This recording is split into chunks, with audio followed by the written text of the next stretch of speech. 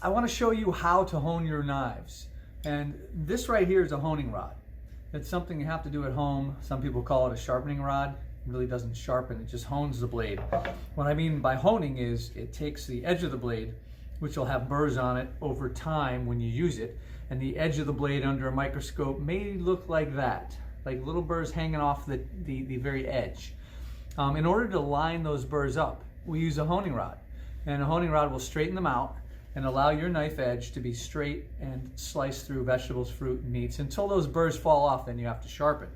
In order to hone, we just take our honing rod. I like to hold it down. It's easier. Hold it at about an 18-degree angle and just sweep heel to toe a few times.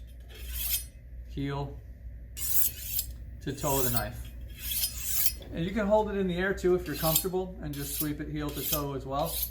Do it about 3 or 4 times and give it a try on tough pepper skin or tomatoes, and make sure that it slices through easy. And that's about it. Sometimes I wipe it on my pants. I know you shouldn't do that, but take a towel, wipe it off. Make sure all the little filings that may have broken off are not stuck to your blade. You don't want to get that in your food. But that's as simple as that. If you have any questions, hit us up.